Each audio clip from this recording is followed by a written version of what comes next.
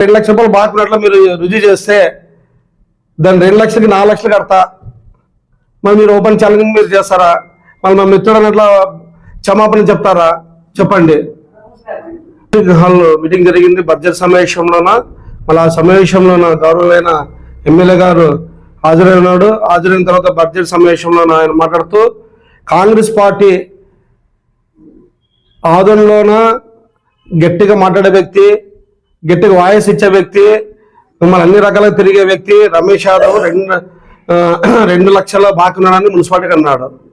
మంచిదే అయ్యా, మున్సిపాలిటీకి ఎప్పటి నుంచి 5 నుంచి బాకున్నానా, సంవత్సరం నుంచి బాకున్నానా, మళ్ళీ ఈ సంవత్సరం బాకున్నానా అనేది మీరు క్లియర్గా చెప్పలేదు. సరే, నన్ను 2,00,000 బాకున్నట్లు మీరు రుజువు చేస్తే దాన్ని 2,00,000కి 4,00,000 కడతా, మరి మీరు ఓపెన్ ఛాలెంజింగ్ మీరు చేస్తారా? మళ్ళీ మా మిత్రుడు అన్నట్లు క్షమాపణ చెప్తారా? చెప్పండి. మళ్ళీ మీకు అధికారం ఉంది, చిత్తూరు నుంచి ఇక్కడ వచ్చినారు మీరు, నాన్ లోకల్ అయినా అదని ప్రజలు గౌరవించి నేను గెలిపించినారు. ఎందుకు గెలిపించారంటే 40-60తో మనం బేజారాయమని ప్రజలు అనుకొని, ఒక మంచి విద్యావంతుడు, తన వాయిస్ బాగుంది, ప్రజలకు న్యాయం చేస్తారనే ఉద్దేశంతోన ఈరోజు మిమ్మల్ని గెలిపించినారు. మళ్ళీ గెలిపించినాక అంటే గెలిపించడంలో అంటే మీరు డబ్బులు చల్లినారు. అధికార పార్టీ అంటే వైసీపీ పార్టీ అయితేమి, కూటమి ప్రభుత్వం అయితేమి డబ్బులు చల్లి ప్రజలు గెలిపించుకున్నారు. మేము కాంగ్రెస్ పార్టీ ఏ ఒక్కరికి ₹1 ఇవ్వలేదు అని. నాకు 8,000 పడినవి, ఎంపీకి 13,000 పడినాయి. అంటే జనాలు నైతికంగా వీళ్ళు గెలిచింది మేమే, కాంగ్రెస్ పార్టీ గెలిచింది ఆదరణ. ఎందుకంటే ₹1 లెక్కలో గెలిచింది అది. మీరు కూడా రేపు పొద్దున ప్రజలకు రండి, ₹1 లెక్కలో మీరు కూడా నిలబడండి. మా కాంగ్రెస్ పార్టీ ఓట్లు మీరు తెచ్చుకుంటే ఆదని వదిలేసి వెళ్తానని ఈ సందర్భంగా నేను తెలియజేస్తున్నాను. మీరు అంటున్నారు మేము ఒక బీసీ నాయకుడమే, ఎక్కడో ఒక నుంచి వచ్చిన ఒక బయట లోకల్ పుట్టిన వ్యక్తి మేము. మళ్ళీ మా గురించి మీరు ఇంత గౌరవంగా మాట్లాడడం బాధాకరంగా ఉంది. ఎమ్మెల్యే గారు అంటే ఒక బీసీ నాయకుడు, మాకు కూడా గౌరవం ఉంది. ఆదుని ఎంత డెవలప్ చేస్తాడో, ఒక బీసీగా మేము కూడా తలెత్తి తిరగాలన్న ఆలోచనలో ఉన్నాము. పార్టీ పరంగా ఒకటే మేము మాట్లాడతామేమో కానీ ఒక బీసీ నాయకుడు మాకు అభివృద్ధి చేస్తాం అనుకున్నాము. కానీ ఈ 6-7 నెలల్లో అంతా సూటిగా చేసేస్తున్నాం. పక్క ఊర్లో కూడా అభివృద్ధి చెందుతున్నది. ఈ ఊర్లో అంతా ఉండే అభివృద్ధిని కూడా దెబ్బలేపుతున్నారు.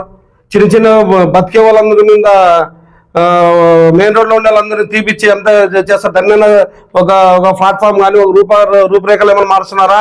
లేదు. కౌన్సిల్ హాల్లోనే మీటింగ్ పెట్టుకున్నారు. ఒకే కౌన్సిల్ హాల్లో మీటింగ్ జరుగుతుంది. మళ్ళీ పోలీస్ డిపార్ట్మెంట్ ఎందుకు, పక్కన వచ్చే కార్యకర్తలందరూ ఎందుకు మీటింగ్లోనా? ప్రజాప్రతినిధులు ఆధునిక సమస్య అర్బన్ గురించి డిస్కస్ చేసి డెవలప్మెంట్ ఎట్లా, దాని బడ్జెట్ ఏమి అని ఆ విధంగా డిస్కషన్ జరుగుతుంది. మరి అది కాక మీరు మీ కౌన్సిల్ హాల్లో మొత్తం అందరూ రావడం కారణం ఏమే? అంటే ఇది మార్పా మీది? అదే ఇట్లా వచ్చి చూపించేది మార్పా? బతికే వాళ్ళ మీద దండెత్తడం మార్పా? మిమ్మల్ని ప్రశ్నించినందుకు మా మీద, మా హాస్పిటల్ మీద దండెత్తడం మీకు మార్పా? ఇదే మీ మార్పు? బతుకూడదు ఆధారంలోన 2,50,000 మంది నా బిడ్డలు అంటున్నావు. మళ్ళీ 2,50,000 మంది బిడ్డల్లోన ఎంతమందిని ఈరోజు నువ్వు వాసన పట్టే విధంగా ఉన్నారో తెలుసా? ఎమ్మెల్యే గారు అంటే చూసే గౌరవం రావాలా. మీరు మాట్లాడే విధానానికి చేసే విధానానికి చాలా తేడా ఉందండి ఎమ్మెల్యే గారు. దయచేసి చెప్తున్నాము, మా పార్టీ కానీ మేము నిజాయితీగా ఉన్నాము. ప్రజల మీద మాకు సిద్ధశుద్ధి ఉంది. మేము ప్రజలకు న్యాయం చేయాలా, మా వంతు మేము సాయం చేయాలని ఆలోచించబోతున్నాము. ఈరోజు తీసుకోండి, ఇదే మెడికల్ పరంగా వెళ్తాము. ఈరోజు గవర్నమెంట్ హాస్పిటల్ 70 మంది 80 మంది డాక్టర్లు ఉండేవారు, ఈరోజు 14 మంది 16 మంది ఉన్నారు. మళ్ళీ దీనికి నువ్వు వచ్చినందుకే కదా, ఈ కుటుంబ ప్రభుత్వం వచ్చినందుకు ఎందుకు అంత తక్కువ ఇచ్చినారు? మళ్ళీ ఈరోజు మెడికల్ కాలేజ్ ప్రైవేటీకరణ జరుగుతుందా లేదా, ఎందుకు పనులు ఆఫ్ చేసినారు? దాన్ని సమాధానం చెప్పండి. పేదవాడు, మధ్యతరగతివాడు చదువుకోవాలంటే ఎట్లా చెప్పండి? దాని గురించి మీరు విమర్శించడం లేదు. అధికారం ఉందని ఉంది. కేవలం నేను కూడా ఒక డిఫెన్స్ ఎమ్మెల్యేనే, నన్ను దృష్టిలో పెట్టుకోండి. ఎందుకంటే నేను మీతో పాటు పోటీ చేశాము. మీకు 2 లక్షల రూపాయలు ఉన్నప్పుడు నన్ను బాకుని చూపించినప్పుడు నేను నామినేషన్ ఇచ్చిన రోజు, ఆ రోజు నన్ను ఎందుకు మీరు దాని మీద ప్రశ్నించలేదు? మన అంటే మీకు ఏదో చెప్పిన స్ట్రిప్ గురించి మనం మాట్లాడుతున్నారు. ఈ రోజు ఇక్కడ పుట్టాము, ఏ గల్లీ ఎక్కడ ఉందో, ఏ గల్లీలో నుంచి వస్తే ఏ గల్లీలోకి వచ్చేది ఒక మాకు తెలుసు. నీకు తెలుసా అని అడుగుతున్నాను. ఒక గల్లీ ఇడిస్తే నేను చెప్పిన ప్లేస్కి వస్తారా మీరు? అది చేత అది ఉందా మీకు? లేదు. ప్రతిసారి అధికారం ఉంది కదా ఏదేదో చేసేది పద్ధతి కాదు. ప్రజలు అంతా గమనిస్తున్నారు. ఎక్కడ చూసి అక్కడ అవినీతి పడతారు. మీరు అసెంబ్లీలో మాట్లాడుతున్నారండి, అసెంబ్లీలో మాట్లాడినారు ఆదోని ప్రజలు, ఆదోని గురించి, ఆదోని డెవలప్మెంట్ గురించి ఎవరు మాట్లాడినారా? ఆదోని మెడికల్ కాలేజ్ గురించి ఏమైనా మాట్లాడినారా? ఆదోని గురించి ఏమైనా మాట్లాడినారా? ఆరోగ్యశ్రీ హాస్పిటల్ అంట, మళ్ళీ తర్వాత మా మధు హాస్పిటల్, వంశీజన్ హాస్పిటల్, ఇవి 2 హాస్పిటల్లో గతంలోనే మేము ఆపరేషన్ చేస్తే నాకు 100 కేసులు వచ్చేవి. ఆరోగ్యశ్రీ తెచ్చినందుకు 60-70 కూడా రావడం లేదు. ఇచ్చే 12,000 రూపాయలు పేదలకు సాయం చేయాలని ఒక సంకల్పంతో ఈరోజు ఆరోగ్యశ్రీ అట్లా కంటిన్యూ చేస్తున్నాం. దాన్ని మీరు తీపియాలనే ఆలోచనతో మీరు ముందుకు వెళ్తున్నారు. ఎంతవరకు న్యాయమని మిమ్మల్ని అడుగుతున్నాను ఎమ్మెల్యే గారికి. మీరే రావచ్చు, మీరే బెదిరించవచ్చు, కండవలు వేసుకొని మీరే అన్ని చేయొచ్చు. మళ్ళీ ఇక్కడ కూడా మీ నాయకుడు కూడా బీజేపీలో కూడా మాకు చాలా మంది మా దగ్గర ఎవిడెన్స్ ఉన్నాయి, ట్యాక్స్ ఇంతవరకు కట్టలేదు. మళ్ళీ దీనికి ఏం సమాధానం చెప్తారు చెప్పండి? టైం ఉంది మార్చి వరకు. మేము ఒక విద్యావంతులము, కొద్ది జ్ఞానం కలిగిన వ్యక్తులు కాబట్టి టైం మార్చి వరకు ఉంటుంది. పెనాల్టీతో కడతారు. అది ఒక బిల్ కలెక్టర్ ఉంటాడు, వాళ్ళు చూసుకుంటారు డిపార్ట్మెంట్. మీరెందుకంటే రమేష్ 2 లక్షలు బాకున్నాడు అంటాడు. ఎవరు రమేష్? ఎవరికి 2 లక్షలు బాకున్నాడు చూపిపోను. నా పేరు మీద ఏమైనా ఉందా? ఏంది నాకు అర్థం అవడం లేకుండా మాట్లాడుతున్నారు వీళ్ళు. ఎమ్మెల్యే గారికి మళ్ళీ చెప్తున్నాను, మీ పద్ధతులు మార్చుకోకపోతే మీ మీద ఉండే బీసీ అనే ఒక కాన్సెప్ట్ అన్న ప్రజలందరూ బీసీలందరూ తలదించుకోవాల్సిన పరిస్థితి వస్తుందండి. ఈ ముఖ్యంగా తెలియజేస్తున్నాను. ఎందుకంటే ఆదోన్లోన 75 ఏళ్ళ చరిత్ర గల ఈ మున్సిపాలిటీ వచ్చినప్పటి నుంచి, ఎమ్మెల్యే నిలబడినప్పటి నుంచి ఒక మొట్టమొదటిసారిగా మీరు బీసీగా గెలిచినారు. ఎక్కడి నుంచి వచ్చి ఇక్కడ గెలిచినారు. ఈరోజు ఆదోని ప్రజలు మీరు గౌరవించినారు. ఈరోజు మీరు 100 స్పీడ్లో పోవడం చాలా బాధాకరము.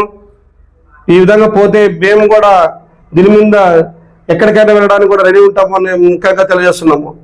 మీరు ఏదైనా ఉంటే ఫస్ట్ మీ పార్టీకి బీజేపీలో ఉన్న ఒక సిద్ధాంతం అనేది ఉంది, ఆ సిద్ధాంతాన్ని మంటగలుపుతున్నారు మీరు.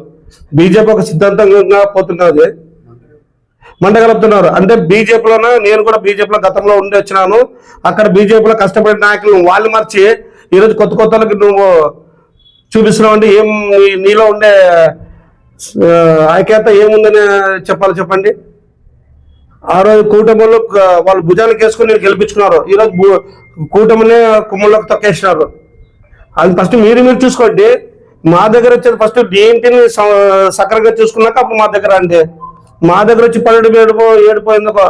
ఈరోజు రమేష్ యాదవ్ అనేది గుర్తొచ్చిందంటే ఇక్కడ కాదు అసెంబ్లీ వరకు గుర్తు చేశారంటే అది నాకే గర్వకారణమని చెప్తున్నాను. ఎమ్మెల్యే గారు నన్ను ఇంత స్టేజ్కి తీసుకొస్తున్నట్టే పరోక్షంగా ఎమ్మెల్యే గారికి కూడా అభినందనలు తెలుపుతున్నాను. ఎందుకంటే మీరు ఏదైనా ఉంటే మీ ఒక బీసీ లీడర్గా మీరు మంచిగా ఎదగాలని కోరుకుంటూ, ఆదోని ప్రజలు డెవలప్ చేయాలని కోరుకుంటూ ఈ ముఖ్యంగా ఇది మేము ఈ ప్రెస్ మీట్ ద్వారా మీకు తెలియజేస్తున్నాము. దయచేసి ఇటువంటివి మళ్ళీ రిపీట్ చేయలేకుండా అందరూ శ్రేయభావంతో పోటీ గెలిచి ఎలక్షన్ రోజు నువ్వు నేను తెలుసుకున్నాము.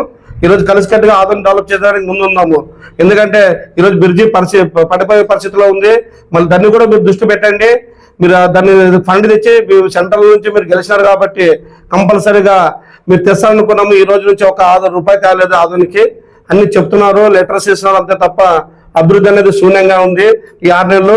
దయచేసి ఒక బీసీ ఎమ్మెల్యే గారు పార్సారథి గారి మీద గౌరవంగా చెప్తున్నాను, దయచేసి ఆదోని డెవలప్మెంట్ మీద దృష్టి పెట్టండి.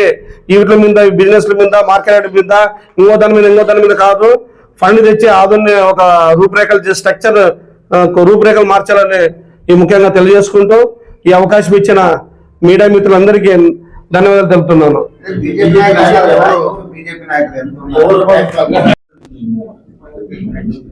పత్రికా విలేకరులకు నమస్కారం.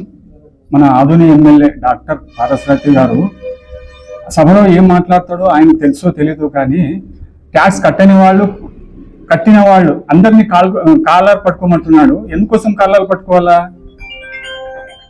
ప్రజల్ని మిమ్మల్ని ఎన్నుకోవడం కాలర్ పట్టుకోవడానికేనా? ఈ 4 ఏళ్ళు మీరు ఎవరు కాలర్ పట్టుకుంటారో తర్వాత తెలుస్తుంది.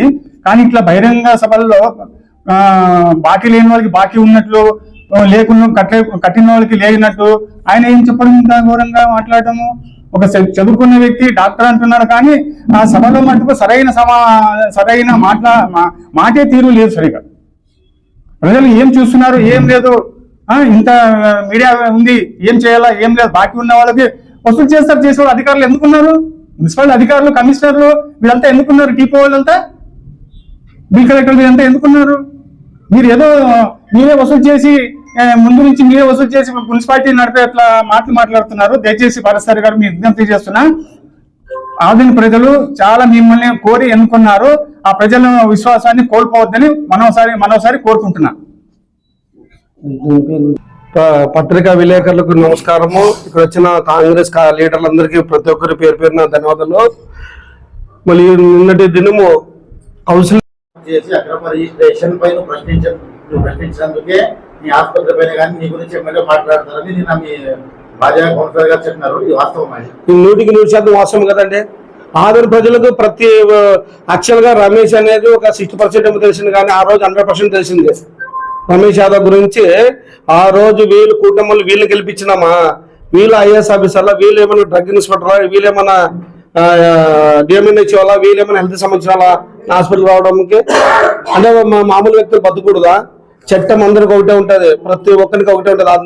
అది నాకు ఉపయోగపడుతుంది, వాళ్ళకి అది వస్తుంది. రేపొద్దున సిబిఐ వాళ్ళకి ఎంత పనిచేస్తుందో మాకు కూడా ఎంత పనిచేస్తుంది.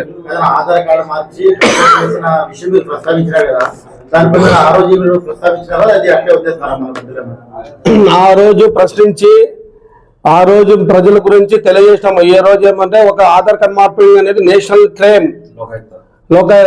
National crime.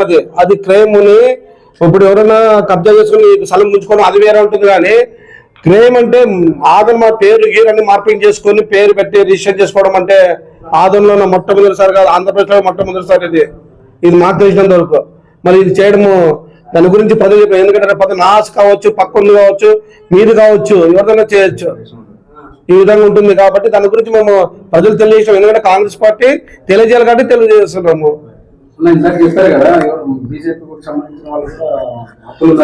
బీజేపీ వాళ్ళ దగ్గర మా దగ్గర ఇది ఎవిడెన్స్ అండి, కానీ మాకు ఒక నైతిక విలువ ఉంది. ఆయన మాట్లాడితే ఆయనకు మాకు వేరే అయిపోతుంది తేడైతే. కానీ వాళ్ళకు మార్చు టైంలు కాబట్టి వాళ్ళు కట్టుకుంటారు, అది వాళ్ళ ప్రాపర్టీ. వాళ్ళు కట్టుకోకపోతే ట్యాక్స్లు పడతాయి, వడ్డీ పడతాయి. ₹2 వడ్డీ ఎవరు కట్టించుకుంటారంటే కట్టే వాళ్ళు కడతారు. తెలియని బిజినెస్ మ్యాన్లు ఇప్పుడు ఫ్యాక్టరీ కొన్ని లక్షల కొద్ది ఉన్నారు. ఇదే బీజేపీలో కూటమిలో ఉండే నాయకులే కొన్ని లక్షలు బాకీలు మళ్ళీ దాంట్లో ఎవరు వాడుతారు చెప్పండి? అవి కడితే అవి అమౌంట్ సక్రమం కడితే ఆదోని ఎక్కడ సెంట్రల్ నుంచి ఫండ్ తెచ్చే అవసరం లేదు. ఆదోని మున్సిపల్ ఫండ్ వేసారు, సపరేట్ ఒక బ్రిడ్జ్ కట్టొచ్చు, ఆదోనిలోన రోడ్లు కానీ వెడల్పు కానీ డబ్బు ఫండ్ అన్ని ఇవ్వచ్చు. అంత ట్యాక్స్ ఉంది డబ్బులు కట్టేవాళ్ళు. మళ్ళీ ఎవరు కడతారు చెప్పండి? వాళ్ళకి ఏముందంటే ఇట్లా ఏళ్ళు చూపిస్తున్నాడు, ఈ 3 ఏళ్ళు నాకు చూపిస్తుందని ఆలోచించడం లేదు. మాకు ఒకేళ్ళే కనపడుతుంది, కానీ ఈ 3 ఏళ్ళు ఆయన కనపడుతుంది నాకు అర్థం కావడం లేదు. బీజేపీలో కాదండి, ఆదాయంలో 90% ఇంకా ట్యాక్స్ కట్టేవాళ్ళు లేరు. ఎందుకంటే మార్చిలోన వడ్డీ మాఫీ అవుతుందని ఆలోచనతో కొంతమంది ఉంటారు. కొంతమంది పరిస్థితుల వల్ల వర్షాలు సరిగ్గా లేక ఎక్కువ తక్కువపడి పంట నాశనం కొంతమంది ఉంటారు. అటువంటి వాళ్ళకి వాళ్ళు ఏం చేస్తారు, డబ్బు చూసుకొని కడతారు.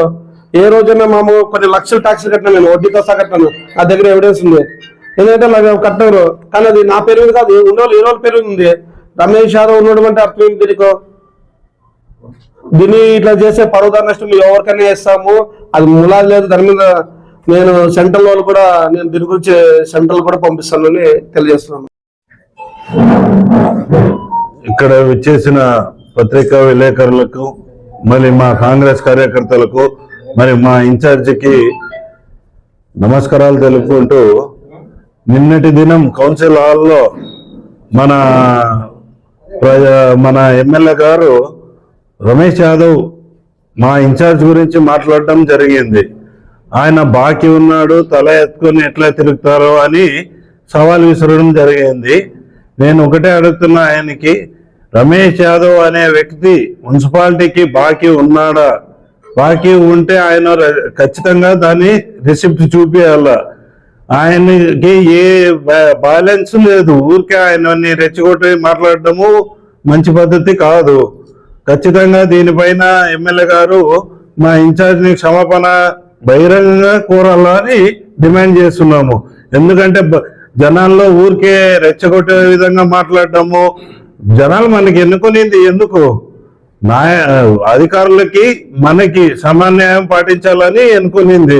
అంతేకాని మనము ఏదో బకాయిలు ఉంటే కాలర్లు పట్టుకోవడం అనడము, లేకుంటే తల ఎత్తుకొని తిరగడం ఎట్లా అనడము, ఇది మంచి పద్ధతి కాదు. ఇది మీరు కేవలము కౌన్సిలర్ని ఉద్దేశించి మాట్లాడినారో, మళ్ళీ మా ఇన్ఛార్జ్ని ఉద్దేశించి మాట్లాడినారో, ఇది అందరికీ వర్తిస్తుంది. సో ఎమ్మెల్యే గారు ఈ విషయంలో ఆదోని ప్రజలు ఆల్ ట్యాక్స్ పేయర్లకి క్షమాపణ కోరాలని డిమాండ్ చేస్తున్నాం. Dilip, ex DCC vice president.